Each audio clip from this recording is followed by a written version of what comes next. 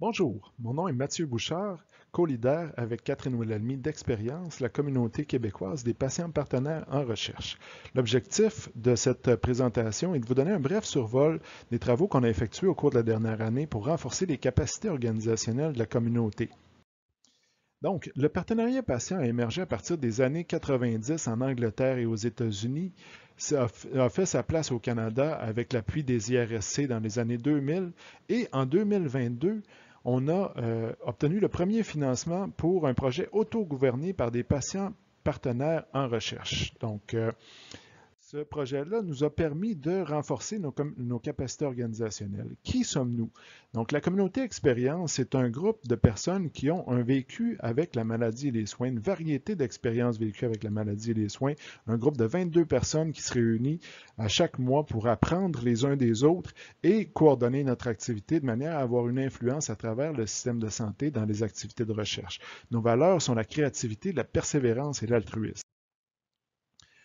Notre raison d'être est de co-construire le modèle de participation des patients partenaires dans la recherche au Québec. On souhaite améliorer la qualité de la recherche en y étant présent et engagé, de manière à devenir une voie cohésive, crédible et reconnue dans le partenariat patient en recherche au Québec.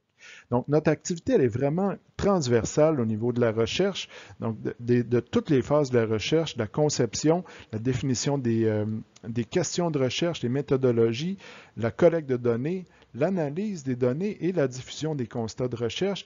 Et ça inclut aussi toute la gouvernance des activités de recherche aussi, là, qui est une activité, une dimension très importante de nos activités.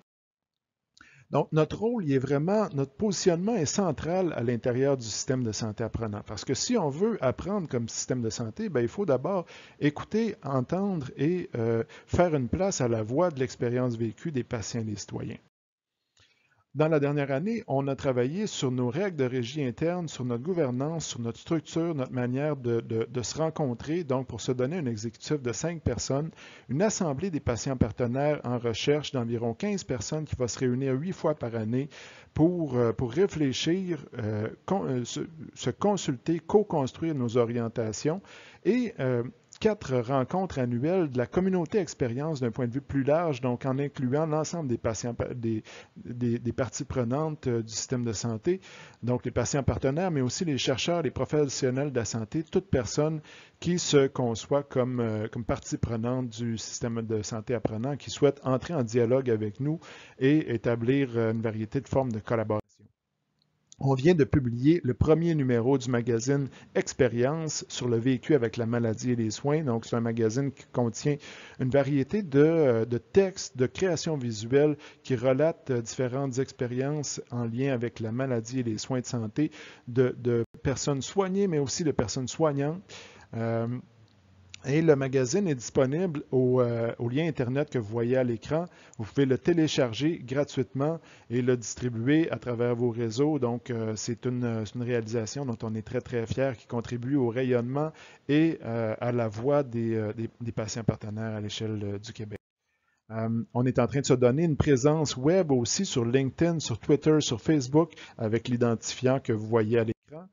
On prépare une tournée des régions pour aller tendre la main, étendre notre rayonnement à l'extérieur des grands centres urbains, donc dans le Grand Nord, l'Abitibi, la Côte-Nord, la Gaspésie, le Bas-Saint-Laurent, Saguenay, Lac-Saint-Jean.